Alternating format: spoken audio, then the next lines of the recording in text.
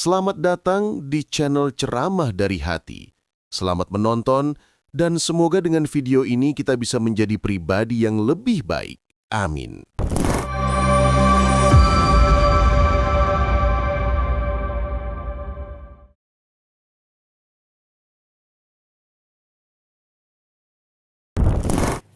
Kepada seluruh keluarga besar kajian Ciniru, yang semoga Allah senantiasa menghangatkan kita dengan hati yang selalu sadar bahwasanya tidak ada tujuan terbesar dalam kehidupan kita kecuali adalah Allah.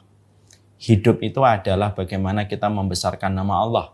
Hidup itu bukan hanya tentang bagaimana kita membesarkan tentang ego kita, membesarkan tentang perasaan kita, membesarkan tentang emosi kita, yang melupakan kita bahwasanya hidup itu bertujuan bukan untuk membangun itu semuanya. Tapi hidup itu adalah bagaimana kita membesarkan nama Allah di dalam setiap kehidupan kita. Banyak manusia yang terkadang di dalam perjalanan hidup mereka itu membesarkan emosinya. Sehingga selalu membela emosinya ketika terjadi sesuatu. Dan mereka melupakan bahwasanya di balik emosi itu ada jalan keridhaan ketika kita menyesuaikan emosi kita karena Allah. Banyak orang yang terkadang hidup itu mendewa-dewakan perasaan, sehingga ketika perasaannya terluka ataupun perasaannya tidak nyaman, maka dia bertindak melampaui batas. Padahal dia lupa terkadang Allah itu menguji kita dengan perasaan supaya kita dapat diketahui apakah kita lebih mendahulukan dan lebih mendewakan Allah daripada perasaan kita. Ada pula di antara manusia yang mendewakan akalnya, mendewakan kepintarannya. Inilah yang menjadikan kita memohon selalu kepada Allah, supaya Allah menghadirkan kepada kita hati yang selalu sadar bahwasanya tidak ada sesuatu yang paling besar di dalam kehidupan kita kecuali adalah Allah semata. Yang besar bukan emosi kita, yang besar bukan perasaan kita, yang besar itu bukanlah logika kita dan bukanlah akal kita, tetapi yang besar itu hanyalah Allah, dan orang yang paling beruntung selamat pada perjalanan hidupnya bukan mereka yang membesarkan emosinya, bukan orang yang membesarkan perasaannya, bukan orang yang membesarkan egonya, tapi orang yang paling bahagia itu adalah orang yang membesarkan Allah, karena siapapun yang membesarkan Allah, maka Allah akan memberikan kepadanya kekuatan yang Allah tidak pernah berikan, kecuali kepada orang yang membesarkan Allah di dalam perjalanan hidupnya. Inilah sesuatu yang terkadang sering tidak kita sadari. Sering pula kita lalai bahwasanya tujuan terbesar dalam kehidupan kita adalah mengagungkan Allah di dalam perjalanan kehidupan kita. Bahwasanya mengagungkan Allah inilah yang akan memberikan kekuatan di dalam kehidupan kita. Kalaupun kita merasa lemah, kalaupun kita merasa lunglai di dalam kehidupan kita dan akhirnya kita terkadang tergoda untuk mudah frustasi dan depresi, maka bisa jadi ada sesuatu yang kita agungkan selain Allah. Bisa jadi kita sedang mengagungkan emosi sehingga emosi itu menguras tenaga dan menguras kekuatan kita dan energi kita. Bisa jadi mungkin kita sedang mengagungkan logika kita, sedang mengagungkan hitung-hitungan kita gitu. Lalu menjadikan kita lupa bahwasanya semua itu hanyalah menghabiskan energi, menguras kekuatan di dalam kehidupan kita, dan tentunya justru semakin menjadikan kehidupan kita mudah terpuruk dan mudah terperosok dan terkubur di dalam masalah yang kita dapatkan. Inilah yang menjadikan kita memohon kepada Allah, ya Allah, berikan hati kami hati yang sadar bahwasanya tujuan kami di dalam hidup bukan untuk emosi, bukan untuk perasaan, bukan untuk mood, bukan untuk logika, tapi untuk-Mu ya Allah. Sehingga tidaklah kami melalui semua itu ketika kami sedang diuji emosi kami, sedang diuji dengan mood kami. Semoga kami senantiasa mengembalikan bahwasanya yang kami harapkan adalah ridho-Mu semata. Inilah perkara yang senantiasa kita mohonkan kepada Allah. Semoga Allah memberikan kepada kita hati yang senantiasa sadar. Tidak ada perkara yang paling besar kita agungkan kecuali adalah Allah semata. Alhamdulillah, tentunya senantiasa kita menata kesyukuran kita kepada Allah atas setiap nikmat yang Allah berikan kepada kita dan setiap anugerah yang Allah berikan kepada kita. Betapa besarnya nikmatnya Allah terus bercucuran di dalam kehidupan kita, dan nikmatnya Allah itu lebih sering daripada curahan air hujan yang turun di atas muka bumi ini. Saking begitu sempurnanya nikmatnya Allah diberikan kepada kita, sampai-sampai tidak ada kenikmatan itu yang turun kecuali semuanya diatur oleh Allah dengan sebaik-baik pengaturan dan tidak melalui mekanisme apa yang kita minta. Ada kenikmatan yang terkadang kita minta lalu Allah hadirkan. Tapi banyak kenikmatan yang terkadang tidak pernah kita minta, tetapi Allah tetap berikan kepada kita walaupun kita tidak pernah meminta. Saking sempurnanya nikmat itu mengalir pada kehidupan kita. Kita tidak pernah ikut-ikutan ngatur jantung kita berapa kali berdetak. Kita tidak pernah mengatur berapa kali ginjal kita harus memompa setiap darah ataupun memompa airnya. Dan sekelumit apa yang dikerjakan oleh organ tubuh kita. Tapi ternyata semua organ tubuh itu bekerja sesuai dengan perintahnya Allah. Walaupun kita tidak pernah cawe-cawe untuk mengikuti dan membantu mengurusi itu semuanya. Itu menjadikan kita harus paham, kita harus mengerti. Allah itu bukan hanya memberi nikmat, tapi Allah itu menyempurnakan kenikmatan. Sehingga banyak kebaikan yang Allah hadirkan di dalam kehidupan kita, Allah berikan pada kehidupan kita. Semata-mata Allah berikan itu pada kehidupan kita karena sempurnanya Allah ketika merawat kita sebagai makhluknya. Inilah yang menjadikan kita bersyukur, kita beruntung, kita telah menyembah kepada Allah, kita beruntung Allah yang memberikan kenikmatan, dan kita pun sangat beruntung bahwasanya Allah menyempurnakan semua kenikmatannya di dalam kehidupan kita. Hati dan jiwa yang senantiasa mendapatkan kelapangan dimulai ketika hati dan jiwa selalu bersyukur terhadap setiap nikmat yang Allah anugerahkan di dalam kehidupan mereka. Semoga Allah memberikan kepada kita hati yang bersyukur, jiwa yang bersyukur, supaya kita mendapatkan kelapangan, supaya pula kita mendapatkan kecukupan di dalam perjalanan hidup kita. Di atas materi ada materi yang lebih banyak. Di atas jabatan ada jabatan yang lebih tinggi. Di atas posisi ada posisi yang lebih tinggi. Karena perkara-perkara itu tidak ada limitnya. Tapi kalau kita sudah membahas kecukupan, membahas kelapangan, kecukupan itu hak prerogatifnya Allah. Dan itu Allah berikan hanya kepada mereka yang bersyukur kepadanya di dalam setiap urusan. Semoga kita menjadi hamba yang bersyukur kepada Allah Subhanahu wa Ta'ala. Kita pada kesempatan hari ini akan melanjutkan tentang materi kita pada kesempatan ini, yaitu membahas tentang orang-orang yang dicintai oleh Allah Subhanahu wa Ta'ala. Kita tentunya paham bahwasanya 40 karakteristik mereka yang dicintai oleh Allah itu merupakan sebuah materi supaya kita tahu apa materi-materi yang bersifat shortcut yang bisa menjadi jalan pintas kita untuk meraih rahmatnya Allah. Tidak setiap amal itu memiliki kedudukan sebagaimana kedudukan yang sama, karena setiap amal itu berbeda-beda. Ada amalan yang terutama, ada amalan yang utama, ada amalan yang biasa, ada amalan yang kecil. Dan kita fokus bagaimana kita melakukan amalan-amalan yang paling besar tanpa kita meremehkan amalan kecil, supaya kita segera bisa menjemput rahmatnya Allah dan bisa segera menjemput ridhanya Allah di dalam perjalanan hidup. Dan inilah yang menjadikan kita membahas 40 karakteristik mereka yang dicintai oleh Allah Subhanahu wa Ta'ala.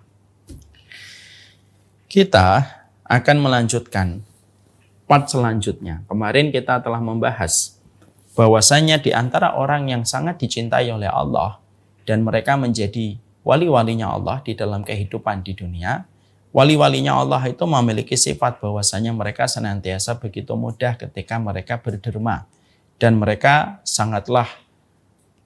menjadi hamba Allah yang sangat bermurah hati kepada sesama.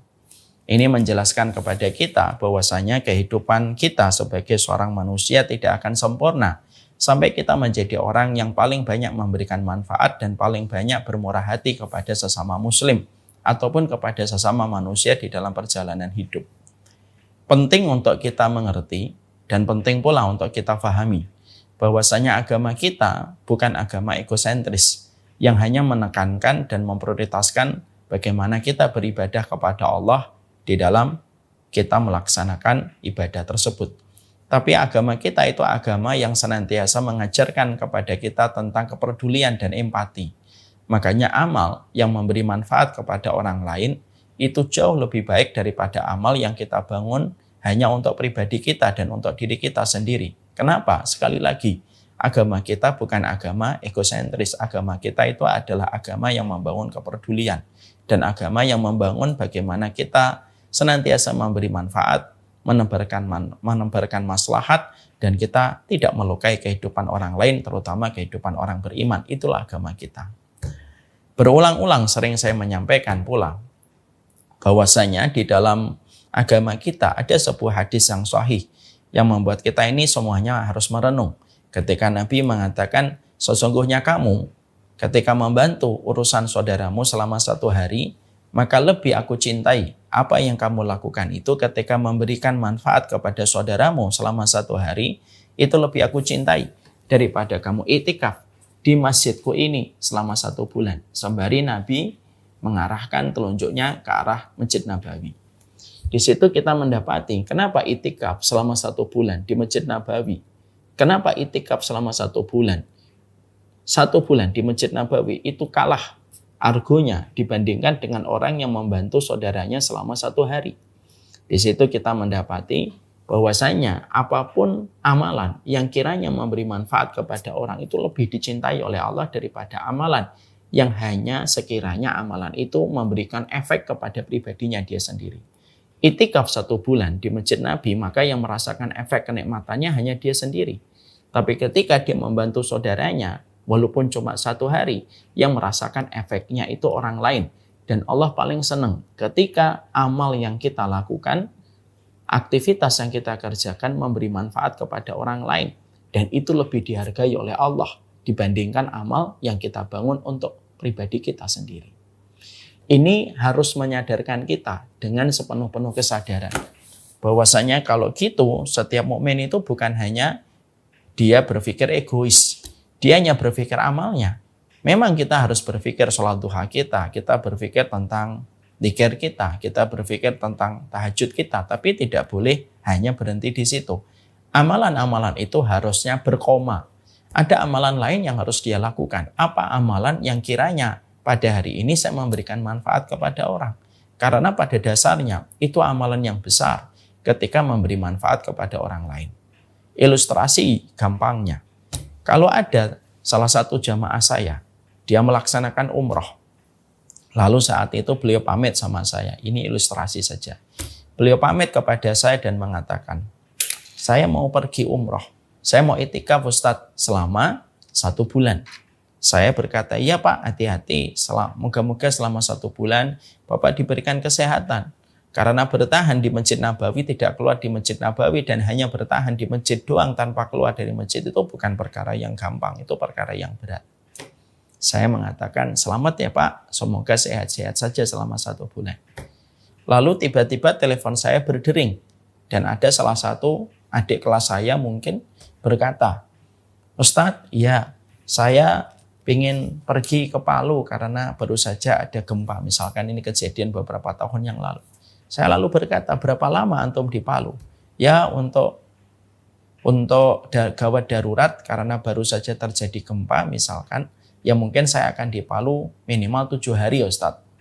Maka sesungguhnya ketika dua-duanya ikhlas, yang umrah dan itikaf itu ikhlas, yang pergi ke Palu untuk membantu saudara-saudara yang sedang tertimpa musibah itu, mereka berada di Palu 7 hari dan mereka ikhlas, maka ketika kita timbang dalam perspektif ilmu dan dua-duanya berada di dalam keikhlasan, mana yang lebih besar? Yang paling Allah cintai di antara keduanya. Maka yang paling besar yang Allah cintai di antara keduanya itu adalah mereka yang ada di Palu. Karena 7 kali itu, 7 hari dikalikan 30. Berarti sama dengan 210 hari dia itikaf di Masjid Nabi tanpa dia keluar dari Masjid Nabi. Bukan hanya 30 hari, tapi 210 hari. Itu menunjukkan kepada kita ini adalah agama kita. Agama kita itu agama yang agama ini memberikan kepada kita manfaat. Makanya salah besar. Dan bisa jadi ini menjadi sebuah presiden yang tidak baik. Kalau banyak muslim itu menganggap bahwasanya yang paling terbaik itu adalah amalan makhdoh. Yang dia kerjakan sendiri, yang dia lakukan sendiri. Tapi dia tidak pernah empati, tidak pernah simpati, dan tidak pernah mengulurkan manfaat dan menebarkan maslahat kepada orang. Bukan ini cirinya umatnya Nabi, bukan ini. Tapi cirinya umatnya Nabi SAW adalah mereka senantiasa memberikan manfaat, menebarkan kasih sayang, menjadi orang yang bermurah hati ketika dia memberi manfaat dengan hartanya, dengan tenaganya, supaya dia bisa memberikan kebaikan kepada orang lain. Maka inilah yang dicari dari umatnya Nabi Muhammad hari ini. Ya, hari ini banyak sekali orang yang beribadah tetapi ego dengan ibadah dia sendiri. Padahal ibadah pun tidak boleh ego. Ibadah itu tidak boleh hanya untuk memenuhi ambisi kita dan memenuhi keinginan kita. Ibadah pun salah satunya adalah ibadah itu harus terbangun bagaimana selain ibadah yang kita lakukan, ibadah ini pun harus memberikan kepada kita sebuah dorongan supaya kita memberi manfaat kepada orang. Karena sekali lagi, Allah sangat mencintai amal, di mana amal itu kiranya bisa memberi manfaat kepada banyak orang. Semakin banyak manfaat yang kita berikan kepada banyak orang, semakin Allah akan mencintai kita, meridhoi kita, dan merahmati kita. Dan semakin banyak persoalan kehidupan kita yang akan ditolong oleh Allah selama kita banyak menebarkan manfaat kepada orang di sekitar kita.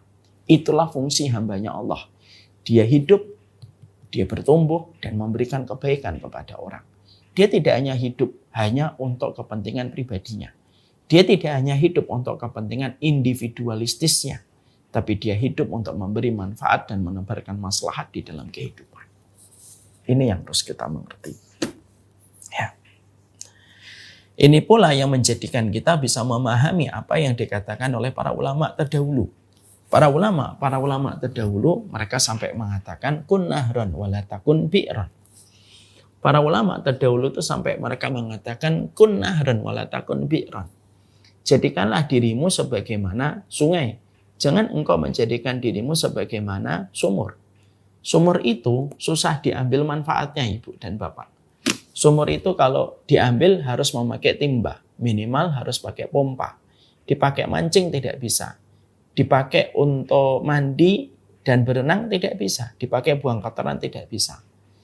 Sumur itu menggambarkan tentang pribadi-pribadi muslim yang dia mungkin beribadah, tapi dia susah diambil manfaatnya.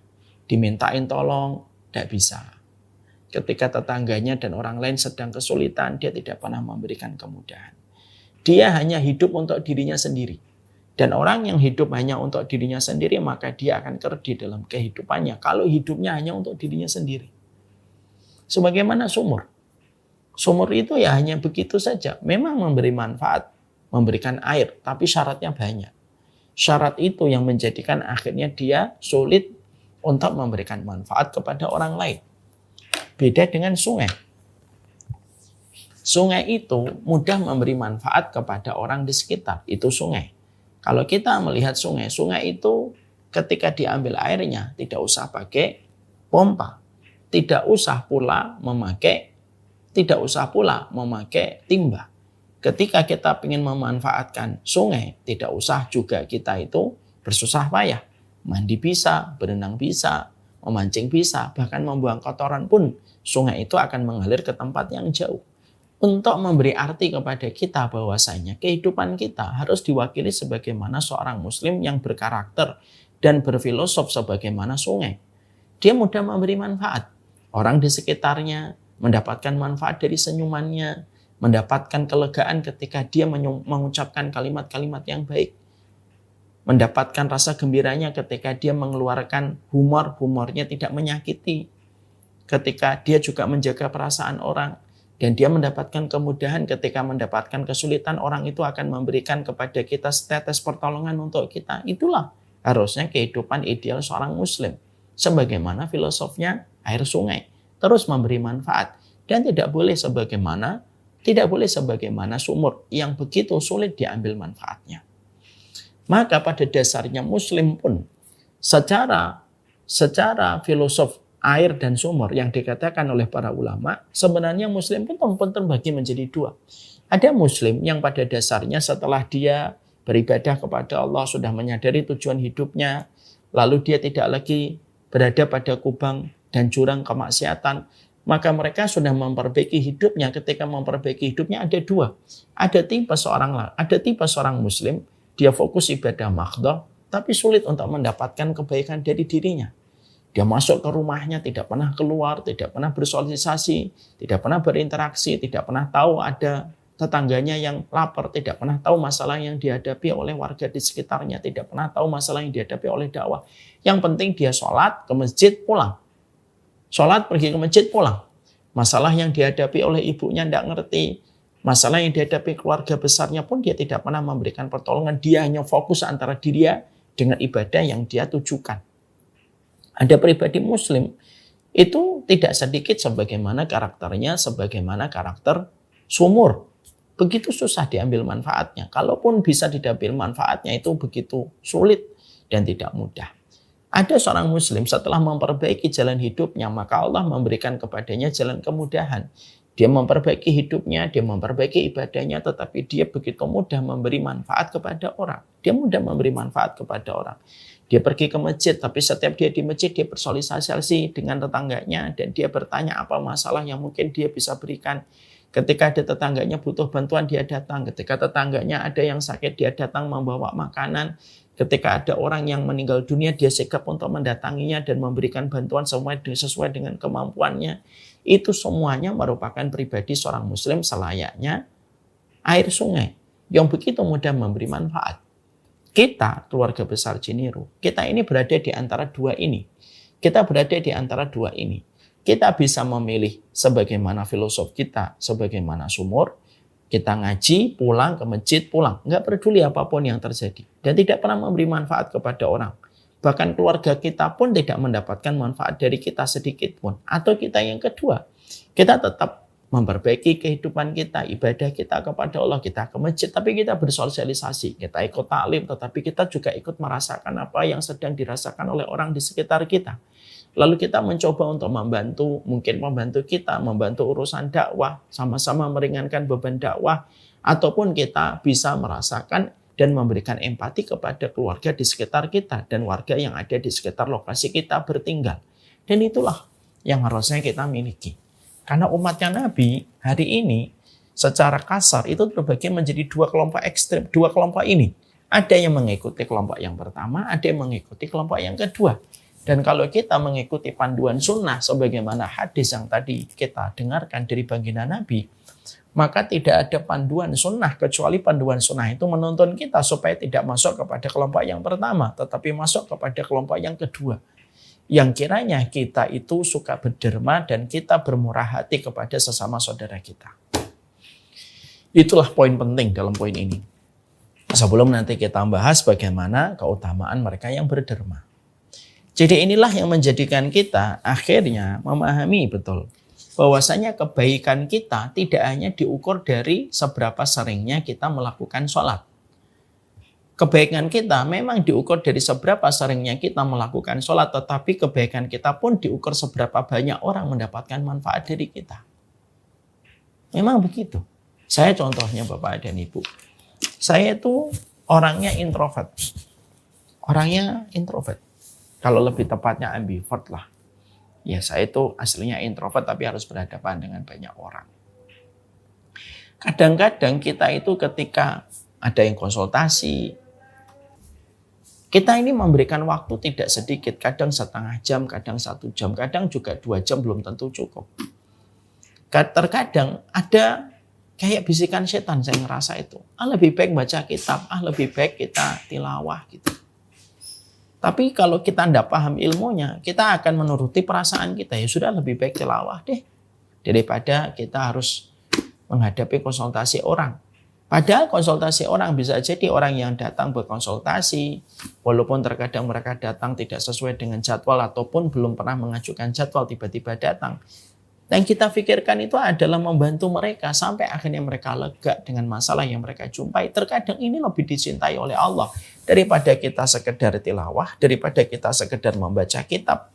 Tapi ternyata ketika membaca kitab, manfaatnya hanya kembali kepada diri kita.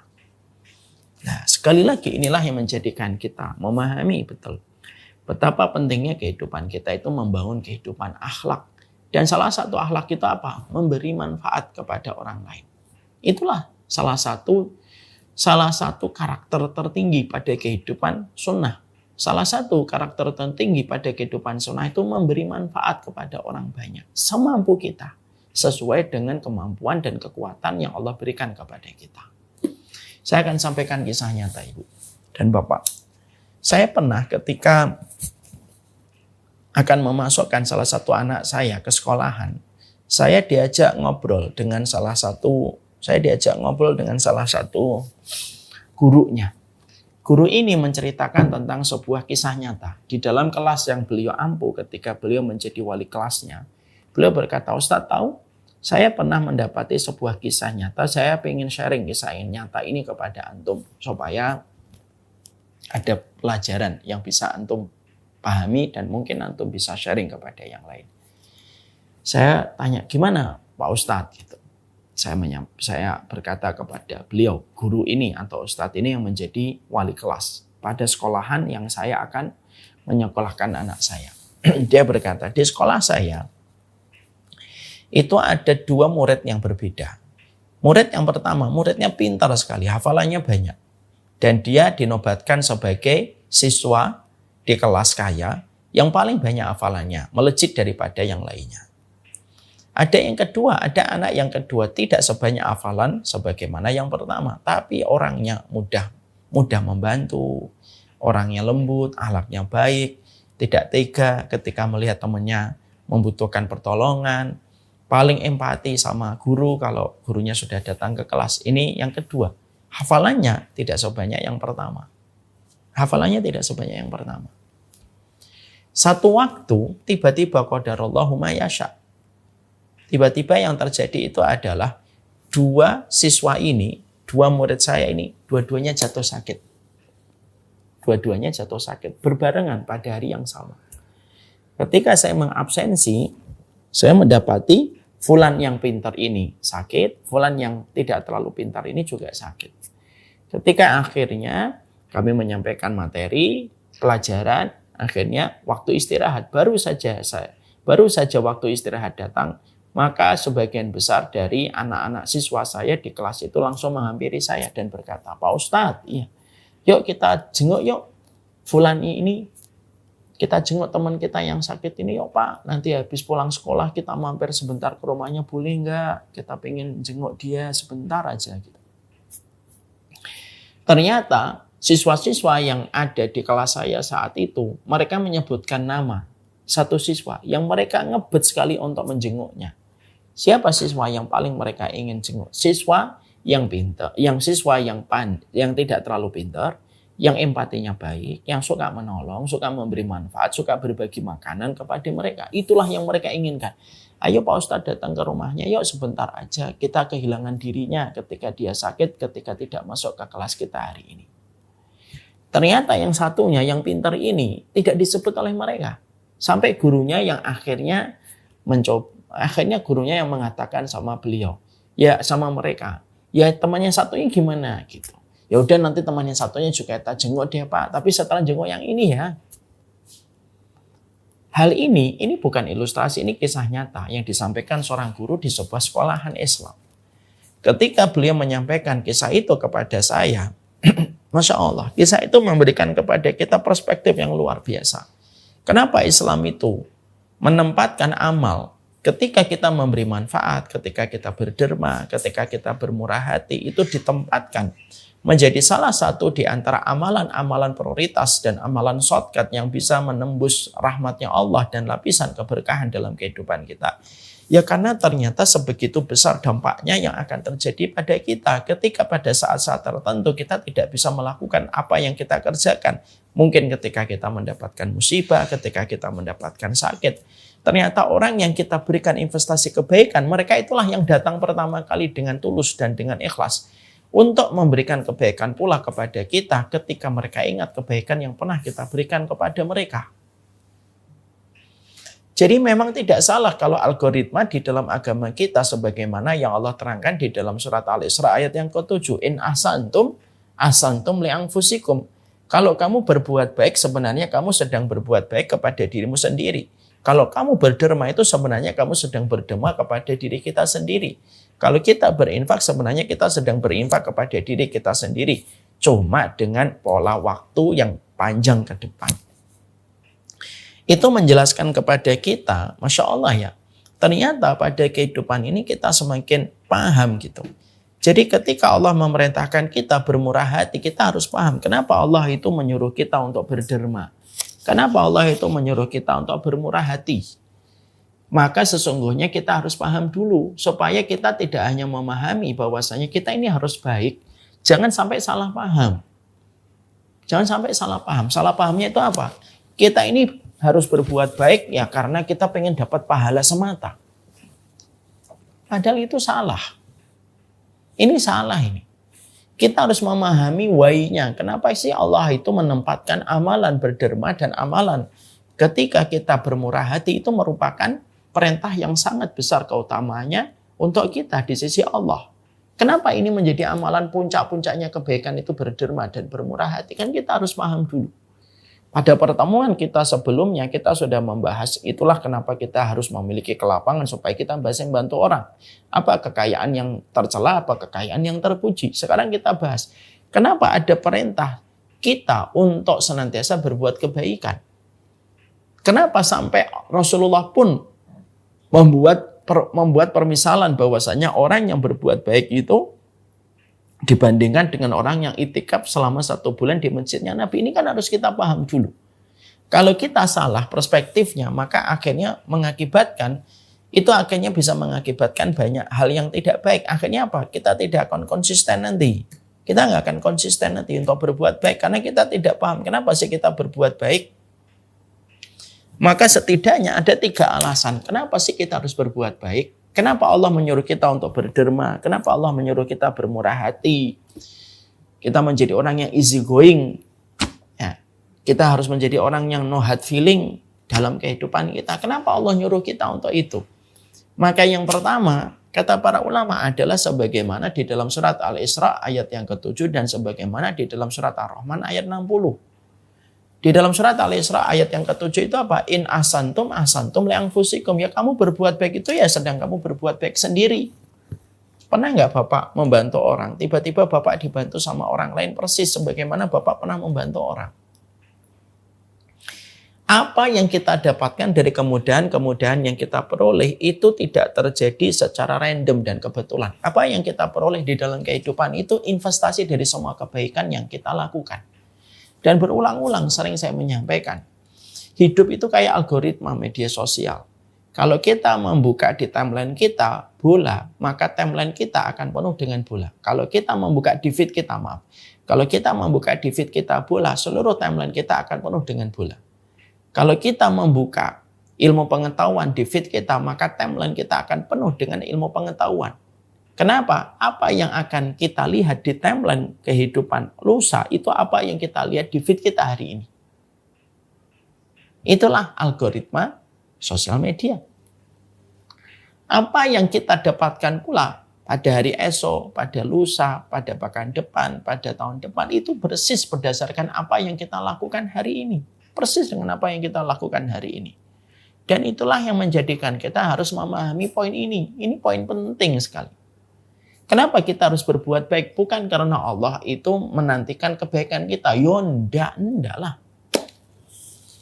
Allah itu enggak butuh kebaikan kita. Makanya di dalam hadis qudsi Allah itu menyampaikan, "Lau anna awalakum wa akhirakum wa insakum wa jinnakum ala atqa qalbi rajuli wahidin minkum ma zada fi mulki syai'an."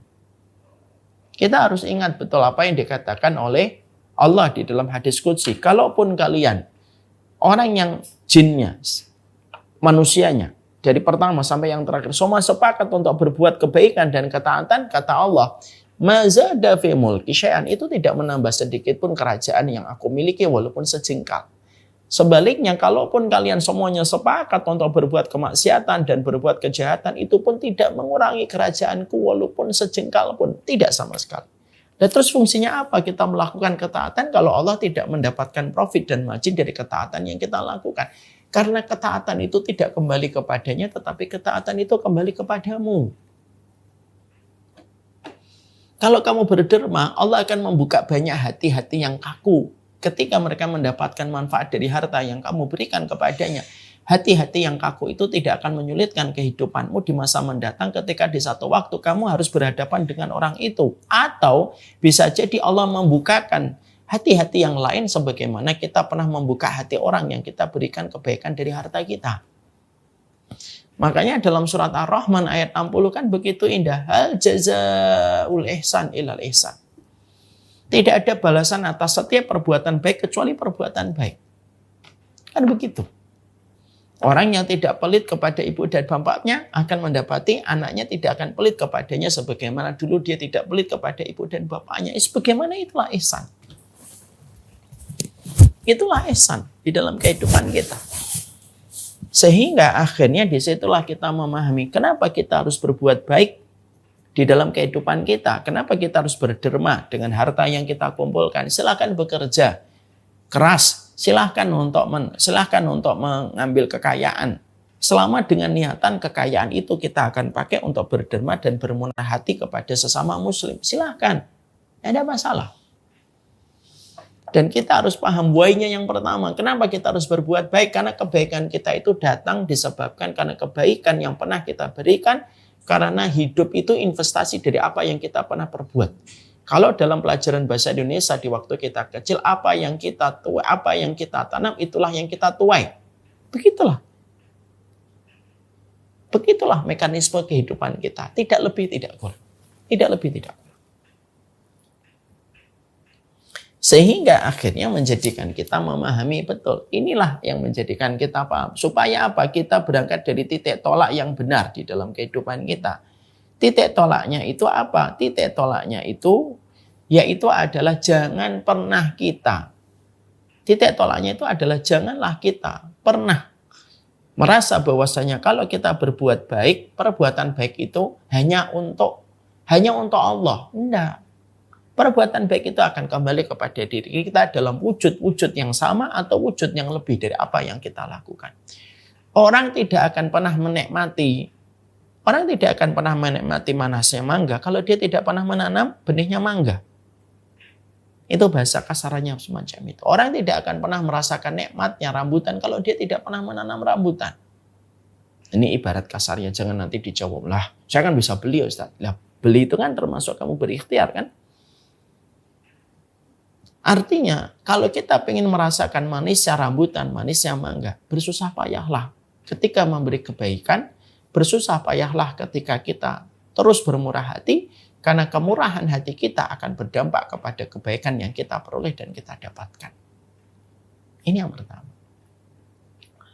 Yang kedua yang kita harus mengerti adalah, kenapa kita harus berbuat baik, berderma, dan kita akan bermurah hati. Karena sesungguhnya kebaikan itu bukan hanya berdampak kepada setiap kebaikan yang akan kita peroleh, tetapi sesungguhnya setiap kebaikan itu menjadi pemadam setiap bala dan menjadi pemadam setiap musibah yang akan terjadi di masa mendatang. Allah memadamkan setiap bala dan Allah memadamkan setiap musibah persis berdasarkan kepada apa yang pernah kita tanam di dalam kebaikan kita. Karena kita pada kehidupan tidak akan pernah lepas dari bala dan musibah. Siapa yang akan meringankan bala dan musibah itu? Apa perkara yang meringankan bala dan musibah? Dan apa perkara yang menghindarkan kita dari bala dan musibah? Ya perbuatan baik yang kita lakukan dan perbuatan baik yang kita kerjakan. Itulah kenapa Nabi Muhammad diperintahkan memiliki akhlak yang baik sebelum beliau memikul tugas kenabian ketika menjadi seorang Rasul. Karena perbuatan baiknya Nabi yang akhirnya melembutkan hati setiap para sahabat beriman. Dan kelembutan hati para sahabat ketika mereka itu beriman yang menjadikan akhirnya Nabi itu mendapatkan banyak pertolongan dari para sahabat ketika mengemban tugas dakwah, ketika menyampaikan risalah kenabian kepada kehidupan manusia. Ya? Kita harus ingat pada surat Asy-Syura ayat 30. Wa ma asabakum min musibatin fabima kasabat aydikum wa ya'fu an katsir. Tidak ada musibah yang menimpa kepadamu kecuali apa yang kamu lakukan sendiri. Dan Allah mengampuni sebagian besar dari kesalahan yang pernah kita kerjakan dan pula kita lakukan. Itu memberikan arti kepada kita, Masya Allah ya. Betapa besarnya kehidupan kita itu. Betapa banyaknya kemungkinan perkara yang akan kita hadapi di masa mendatang. Cara kita untuk mengantisipasi dan mewaspadai setiap musibah yang bisa menimpa kepada kehidupan kita itu apa? Cara mewaspadainya itu sederhana. Pastikan bahwasanya dirimu melakukan kebaikan karena kebaikan itu merupakan perkara yang bisa menghindarkan kita dari bala dan musibah. Itulah yang Allah tetapkan dalam kehidupan kita. Ya. Ada sebuah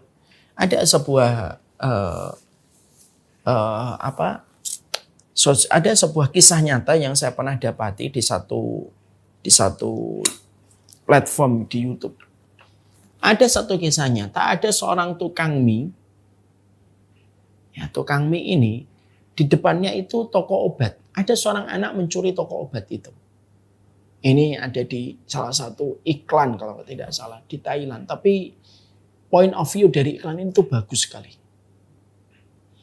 Anak ini mencuri obat. Lalu ketahuan sama pemilik toko obat itu. Ketika akan dipukuli, akan dimarahi, dilaporkan ke polisi, tukang mie ini lalu mendatangi pemilik toko obat ini yang sudah dia kenal dan dia berkata, sudah. Berapa itu harga dari obatnya? Aku bayarin aja. Mungkin anak ini butuh sekali obat tersebut. Akhirnya dibayarkan sama tukang mie. Anak ini langsung kabur. Ketika akhirnya dilepaskan sama pemilik toko obat itu dan dibayarkan oleh tukang mie warung di depan toko obat, dia langsung kabur. Dan ternyata memang betul. Dia dari keluarga miskin ketika ibunya lagi sakit. Peristiwa ini akhirnya berlalu. Sampai 20 tahun berikutnya. Ternyata anak kecil ini sudah menjadi dokter. Dan tukang mie ini tetap jadi tukang mie di warung mie-nya. Satu waktu akhirnya beliau ambruk, terkena stroke. Naudzubillah min dzalik, nasallallahu salama wal afiyah. Dan akhirnya ketika dirawat, dia membutuhkan dana yang besar. Keluarga dari tukang mie itu tidak bisa untuk membayar. Karena saking besarnya biaya yang harus dihadapi. Ternyata anak kecil yang pernah ditolong oleh tukang mie ini sekarang sudah menjadi dokter spesialis. Dan ketika dia melihat tukang mie itu, dia tidak pernah lupa bahwasanya tukang mie ini adalah orang yang pernah memberikan bantuan kepadanya dan membayarkan obat. Ketika dia mencuri obat itu karena terpaksa. Maka seketika seluruh bil yang ada di rumah sakit itu ditangani oleh dokter dan dikatakan di dalam tulisan itu, ini telah dibayar 20 tahun yang lalu. Kisah ini inspiratif sekali. Dan akhirnya kita bisa menangkap korelasinya pada apa yang dijelaskan oleh para ulama. Berbuat baik itu, Masya Allah ya, itu sebenarnya menghindarkan kita dari bala dan musibah. Kalau dalam real life-nya, di real life-nya, dalam kejadian nyata itu kayak Ronaldo. Ronaldo itu tidak pernah lupa orang yang pernah memberikan roti ketika dia belum menjadi pemain internasional dan pemain yang mahal. Makanya pernah kan diceritakan di banyak sekali video bagaimana Ronaldo itu tidak pernah lupa perempuan yang pernah memberikan kepadanya roti ketika dia kelaparan dan tidak bisa membeli roti itu. Dia ingin mencari wanita itu tapi tidak ketemu. Entah ketemu atau tidak. Yang saya tahu dalam video terakhir dia nggak ketemu. Itu menunjukkan kepada kita kebaikan itu mengalir kepada kita itu sebuah perkara yang menghindarkan kita dari bala dan musibah. Maka bisa jadi setiap ada satu bala dan satu musibah yang menimpa kepada kita bisa jadi karena apa? Minimnya kita berbuat kebaikan di dalam kehidupan kita. Maka yang kedua, kenapa kita harus berbuat baik, Ustadz? Alasan yang kedua, selain dari kebaikan itu akan berbalik kepada kebaikan kita, maka yang kedua, kebaikan itu kenapa kita harus berbuat baik, berderma, bermurah hati kepada orang lain? Yang kedua, karena setiap bala dan musibah itu akan dimaafkan oleh Allah, akan dihindarkan oleh Allah dari kehidupan kita selama dengan satu syarat. Syaratnya apa? Selama dia dalam kondisi bermurah hati dan berderma kepada orang di sesamanya. Itu yang kedua. Yang ketiga, why-nya. Kenapa kita harus berbuat baik?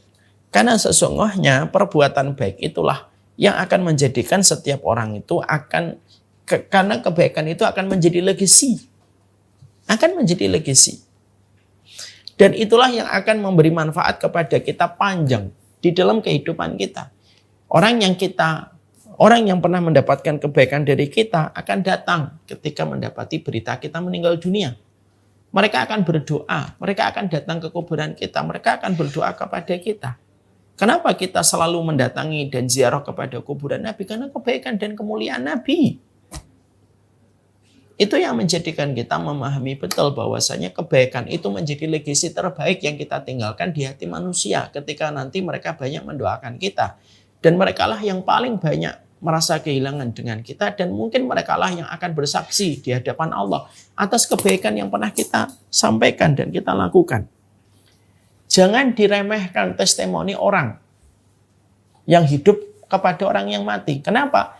Karena testimoni orang yang hidup kepada orang yang mati itu menjadi kesaksian Allah di atas muka bumi ini. Kalau ibu dan bapak meninggal dunia, mas dan mbak meninggal dunia, karena mas bermurah hati, berderma banyak gitu. Lalu orang itu datang satu persatu kepada mas. Lalu berkata, ini orang baik ya Allah. Kesaksian kita orang yang hidup ketika mengatakan orang itu baik itu langsung diterima oleh Allah. Makanya Nabi pernah ketika Nabi dilewati satu jenazah, Nabi mendapati para sahabat mengatakan khairan, ini orang baik. Nabi mengatakan wajabat. Nabi dilewati jenazah yang kedua, para sahabat mengatakan syarron, ini orang yang buruk. Lalu Nabi mengatakan wajabat. Ditanya, apa artinya wajabat yang kau ucapkan 2 kali itu ya Rasulullah? Orang yang kalian komentari baik, maka wajib bagi Allah memasukkan dia ke surga. Dan orang yang kalian komentari buruk, maka wajib bagi Allah memasukkan dia ke neraka. Artinya kesaksian itu penting. Legasi kita itu umur kita. Legasi yang kita tinggalkan itu merupakan umur kita yang kedua. Dan merekalah yang tentunya akan memberikan keberkahan di dalam kehidupan kita. Saya tutup dengan kisah nyata. Ada salah satu keluarga dari Syamila. Beliau pernah bercerita kepada kami tentang kakeknya. Kakeknya ini ketika sudah meninggal dunia, keluarganya itu merasa kakeknya itu baik. Tapi ya standar lah kebaikannya. Nah, mereka yang mencintai kakeknya. Tapi ada peristiwa yang tidak pernah mereka duga sebelumnya. Ketika kakeknya itu sudah meninggal dunia, maka banyak orang yang datang yang tidak dikenali oleh keluarga. Ketika pada saat prosesi pemakaman. Ini siapa ya? Ini siapa kok pada datang? Karena mereka sedang bersedih, mereka tidak bertanya siapa-siapa itu yang datang. Kecuali mereka tidak mengenali wajah-wajah dan face-face orang yang datang itu. Setelah dikuburkan, seminggu setelahnya keluarga ini takziah kembali kepada kuburan itu tersebut. Ketika takziah, maka penjaga kuburan berkata, Pak, Bu, maaf nih, saya pengen ngasih informasi. Itu yang meninggal siapa gitu. Kakek kami, nenek kami, kakek kami. Maaf. Iya itu saya heran itu kuburan yang paling rame itu semenjak dikuburkan. Setiap hari ada aja orang datang dan berbeda-beda. Dan ternyata keluarganya pun kaget. Loh kok kemarin pas ketika meninggal banyak orang datang yang tidak kami kenali. Ini ketika sudah di kuburan juga banyak orang yang ternyata datang. Silih berganti ke kuburannya. Akhirnya akhirnya mereka bertanya kepada salah satu orang yang tertangkap dalam tanda petik takziah kepada kakek mereka. Ditanya, Bapak ini siapa? Kok kami tidak kenal? Lalu mengalirlah cerita, saya adalah orang yang pernah ditolong kakeknya kalian. Saya pernah dikasih ini, saya pernah dibantu ini gitu. Dan kemarin saya belum sempat untuk datang ketika prosesi. Dan ternyata orang semacam Bapak ini, sosok semacam ini ternyata bukan hanya satu, banyak sekali. Yang ternyata itu yang datang itu banyak sekali. Dan ternyata disitulah kita paham. Kenapa Allah memerintahkan kita baik? Karena manusia itu butuh umur yang kedua. Kenapa kita harus berbuat baik? Karena manusia itu butuh legasi. Dan tidak ada legasi yang terbaik kecuali adalah berderma dan bermurah hati. Ketika memberi manfaat, menebarkan maslahat. Jadi pada kesempatan hari ini kita belajar dulu. Kenapa sih kita disuruh untuk berderma yang banyak? Apakah Allah pengen nguras kekayaan kita? Enggak. Kenapa itu kita suruh bermurah hati untuk memberi manfaat sama orang? Apakah Allah pengen untuk memperbudak kita? Enggak. Ada 3. 1, karena algoritma kehidupan kita ditentukan apa yang kita lakukan. 2, karena sesungguhnya musibah di masa mendatang itu dapat dihindarkan dengan kebaikan yang kita kerjakan. Dan yang ketiga, karena kebaikan itu legasi kita. Dan menjadi umur kita yang kedua setelah kita diwafatkan oleh Allah. Sallallahu ala nabiyina Muhammad walhamdulillahirabbil alamin. Ini yang dapat saya sampaikan dalam pertemuan hari ini. Semoga keluarga besar Ciniru dan kami, setiap para penuntut ilmu harus mengerti semakin kita berbuat baik. Sekali lagi bukan karena Allah yang dapat profit dari kebaikan yang kita lakukan. Kita berbuat baik karena sejatinya kebaikan itu mendatangkan 3 perkara yang terkadang banyak dari kita tidak menyadarinya.